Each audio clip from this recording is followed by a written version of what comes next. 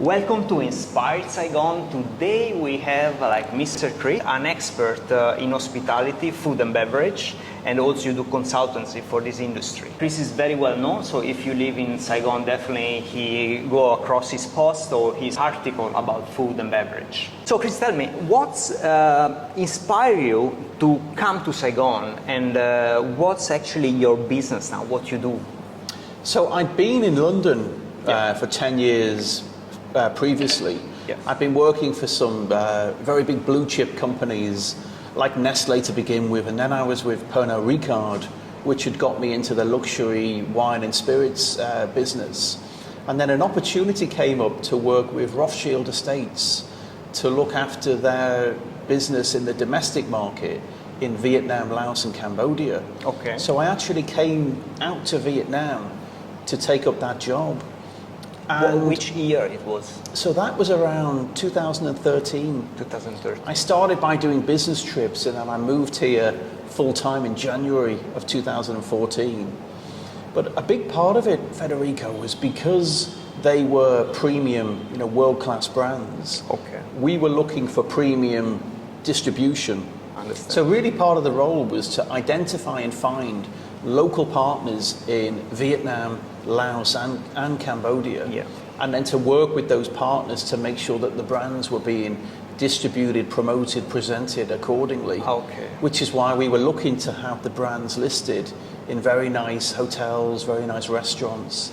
And then as part of that, there needed to be a very nice activation plan. So we would do these very nice wine dinners. We'd use social media a lot. Back in the day, we would always have a professional photographer to go along to our wine dinners. A lot of people were not doing that then, but that was a big part of our approach. Yeah. The timing can be really, really professional to have your own photographer going around. It's not nowadays that everyone have a phone. Actually, everyone produces his own content. That time it was actually an investment because you need someone with skills and knowledge to make a picture and to be always available for the dinner. Sure. And it was almost about challenging the rules of the industry a little bit, because back then a lot of the wine companies would think nothing of opening an extra 4 or 5 bottles at the end of the evening that costs, let's say, 3 million. But people wouldn't employ a photographer for, let's say, 2 million dong. So that's one of the things that we started to do. Of course, it was important to send nice reports back to the brand owner around what we were doing as well. Of course. But it really, that was almost kind of like my entry into what I'm doing now. So I started to use social media a lot, and nice reports and nice photographs to really sort of show what we were doing. Yes. And also, of course, with the champagne brand that we were working with, a lot of that type of activation was really important. You arrived in Vietnam a long time ago. So when you arrived in Vietnam, what was the impression that you have about Saigon? So the first impression. The first impression is just the energy of the place. I use the word quite often of cadence. It's the speed of how things are being done here. Yes. And it's almost like there's a smell of opportunity. There's a lot of opportunity here in Vietnam, as Vietnam is very much looking to catch up. A lot of people have talked about Vietnam as being the next Asian tiger. Yes, we was discussing about that. Hence, the reason why I brought this book along today. Yes. Actually, a really interesting book by 2 businessmen who've lived here for 25, 30 years, one from New Zealand, one from America. And the whole hypothesis of this book is that Vietnam will be maybe the next or perhaps the only remaining Asian tiger to follow the trajectory of Taiwan and South Korea. So if we can imagine that what's taken place in those markets is going to continue to develop here, this is the place to be. Yep. There are so many industries here that give so much opportunity in Vietnam. Absolutely, yeah. And one of the things I love is many people who I meet, and you're a great example of this, and maybe I'm also in some ways an example, is very few people here just have the one job. Yes. A lot of us can't. So, for example, yourself, you're a chef, you're a businessman, you're a content creator. Yeah. I'm doing 2 or 3 sort of different things as well. And most people who you talk to are in that type of position. Yeah, that's true. It's so entrepreneurial. Because there are so many opportunities, so that sometimes it's a shame not to take an opportunity here. Yes. So it's good to be here and good to take a chance to do things. And that's I guess what you love about Vietnam, and what do you hate to experience in Vietnam? I think probably the nicest way to answer that question is, since I've been here over the last 10 years, I've learned to be much more patient. And I think that would be the main advice that I could offer any expat who wanted to come and live in Vietnam or do more and more work and business in Vietnam, is that understanding that things take time and you have to take that type of longer term approach. You almost have to plant the seeds, which you're maybe not going to get an instant return. Yeah. The return or the benefits that you might get will come much further down the line. Let's talk about food. Okay. When you arrive here in Vietnam, I'm sure there are some food that you say, I will never try this food. I will never touch. But after some time, maybe you give it a try, and then you find yourself surprised that actually it's delicious. Can you give me some example?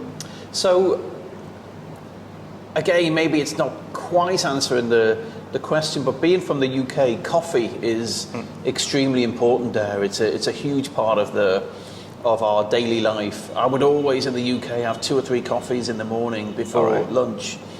So the idea of coming to Vietnam and having iced coffee actually was something that was very unusual to me.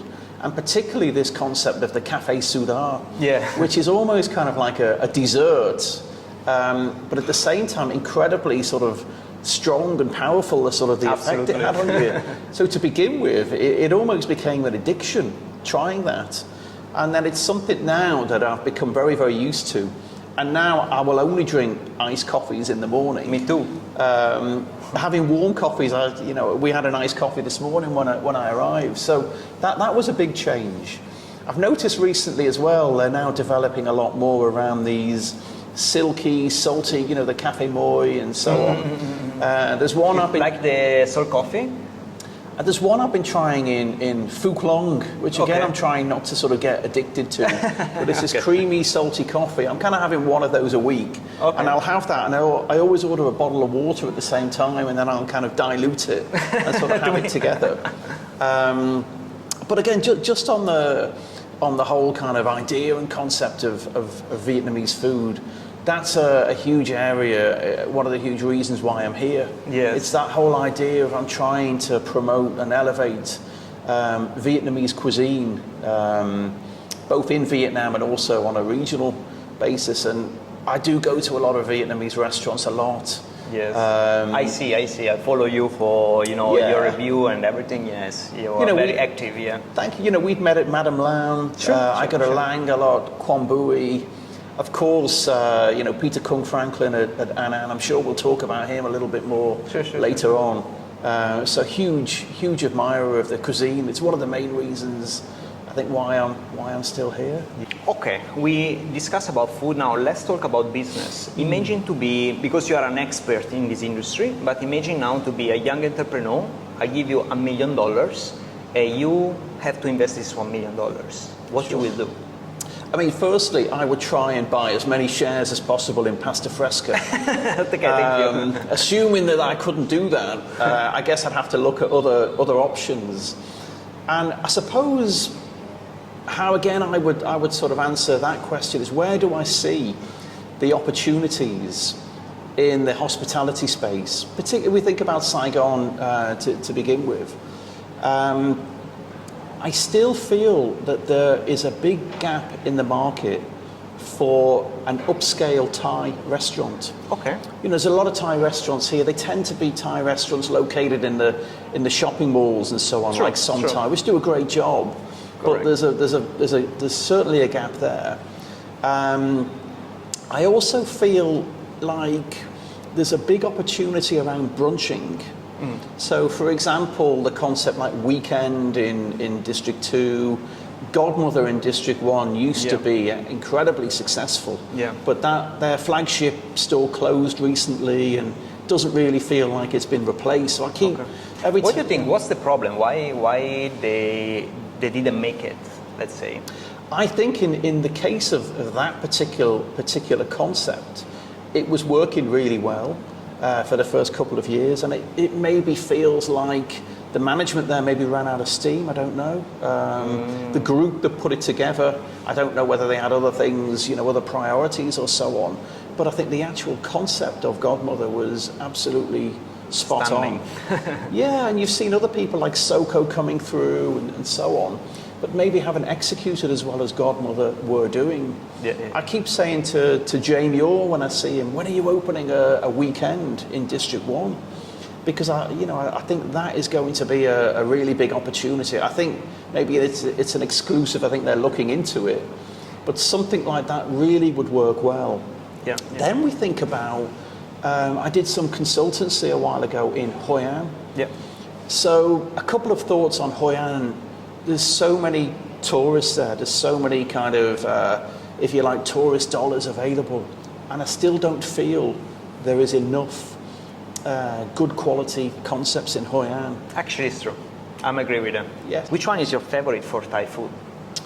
The Thai food, well, that. That's the question. I'm struggling to answer that question, and maybe that is. And Vietnamese, they love Thai food. I mean, Vietnamese, they're really in love with Thai food. So I think it's much easier for, let's say, Asian food to be here in Vietnam than Western. I have to be honest. I have 2 restaurants, but I noticed that only some small percentage of Vietnamese that are open for like Western food, while they're much more open for other Asian neighbor country like Thai, Japan, Korea. I mean, of course, there are a big market for them.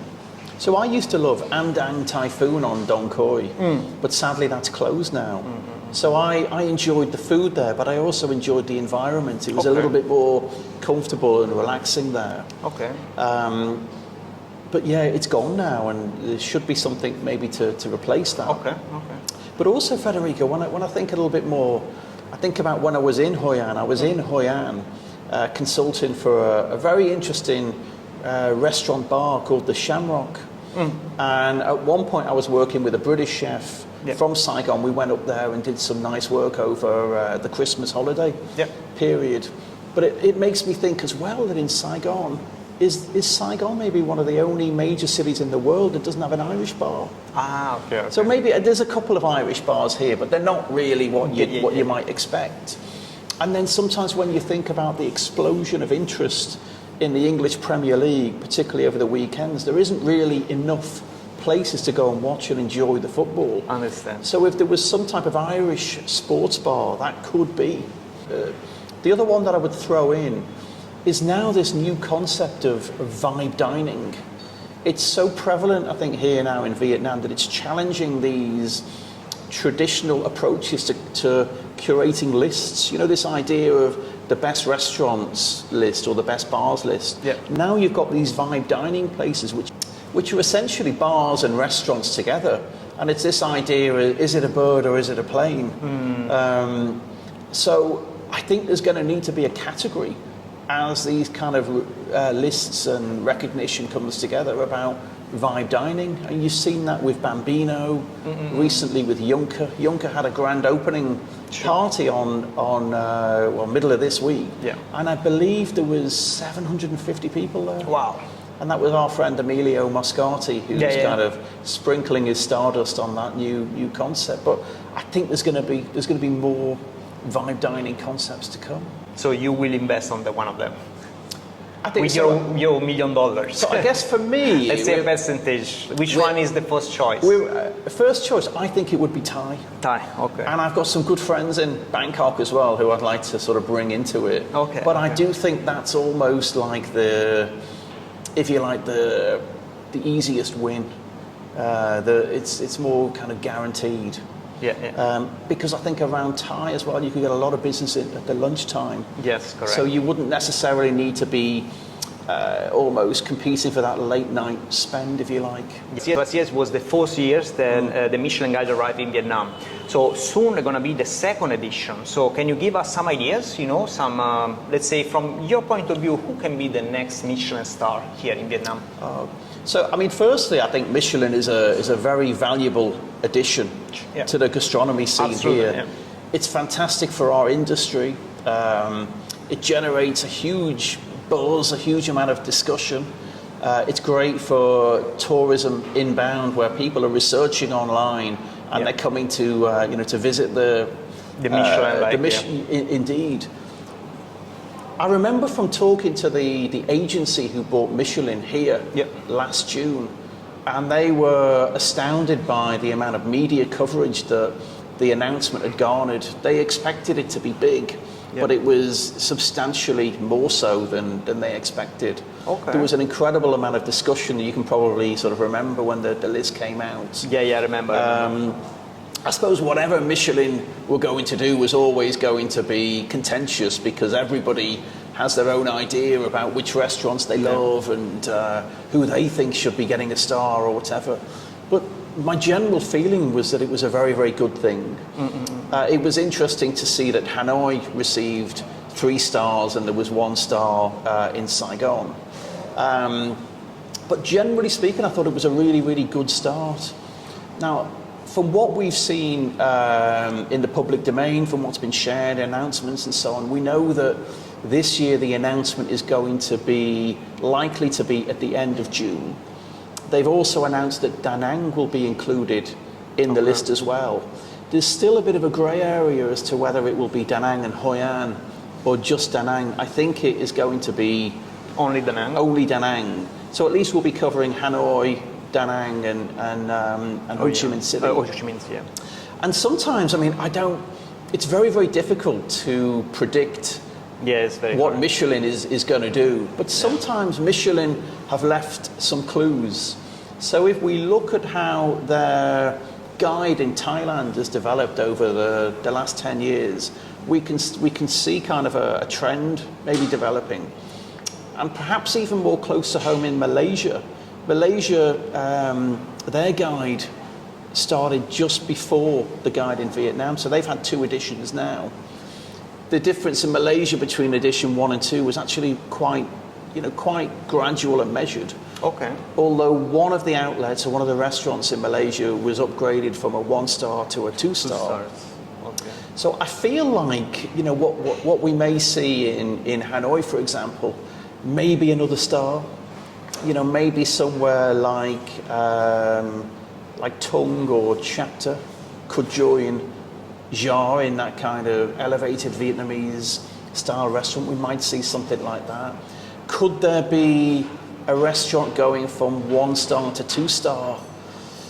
Could be difficult, but if so, I think the one that would likely to be that would be Hebani at the Capella Hanoi. Okay. Which I've already seen as seems like it's improved even more so from last year. Okay. I think in Da Nang we'll see a debut which has a number of Michelin selected outlets. You've got the likes of Le Comptoir, maybe Sea Dining. There's some very nice restaurants in and around the hotels and resorts. But I don't think there'll be a star in Da Nang. Okay. But I think there'll be a lot of the At least like to be in the city, I mean, to be, let's say, a city where the Michelin guide already start to scouting places. I think is already a good achievement, right? So absolutely, it means that your panorama about food is growing, and they have some exposure. And maybe in the next few years you're gonna get. Well, one of the things that came up from last year, there were no banh mi shops. None of them received a bib gourmand. So you'd like to think maybe some in Da Nang, would be recognised. Potentially, Maybe some Mi Quang, you'll see some of those outlets. And again, as we come into Ho Chi Minh City, last time around, a lot of these wonderful Japanese restaurants didn't really seem to be included in the scope of Michelin, which can be normal as they focus even more on the local Vietnamese restaurants to begin with. So I'd expect to see a little bit more recognition for the Japanese community here. Mr. Sakal, the owner of Petit and Le Corto, such a cornerstone of the community here. I'd certainly like to think that he can be that he would be included. And then it feels like with a balance of 3 stars in Hanoi and 1 star in Ho Chi Minh City, it feels like there might be 1 or 2 stars in Ho Chi Minh City. You would hope so. Hospitality market here in Vietnam is still one of the best, let's say, compared to so many countries now have a crisis, but also we get some challenge in the last few years. What do you think can be the solution according to your opinion? One of the challenges we've had for some time here is that whilst Vietnamese food has been promoted exceptionally well on the global scale, going back to the days of Anthony Bourdain, where he came here and did an amazing job of bringing Vietnamese cuisine to the world. But it was typically around the street food concept. It was a lot of this idea of you discover the auntie on the street who's got this amazing bowl of noodles and so on. So ultimately, the price perception of Vietnamese cuisine has not been so high.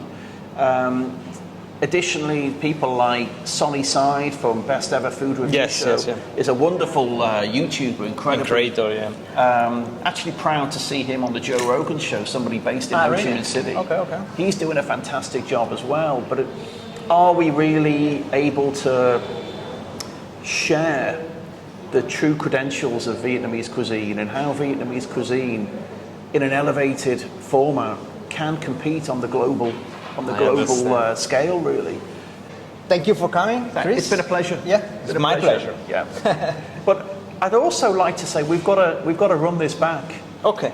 Because I'm not so used to being on this side of the camera. I'm normally the guy other one. asking the questions. And if I was going to be putting together a podcast like this, one of the guests that I would want on board definitely would be you. Thank you so much. I can remember when you opened your first pasta fresca. the one on the street side, yeah? Very close to my home, and all the interest that came from that. And I've seen how it's grown into the brand that it has nowadays. Thank you. I've seen how you've developed as a businessman here, and maybe even more importantly as a content creator. I'm following you on Instagram.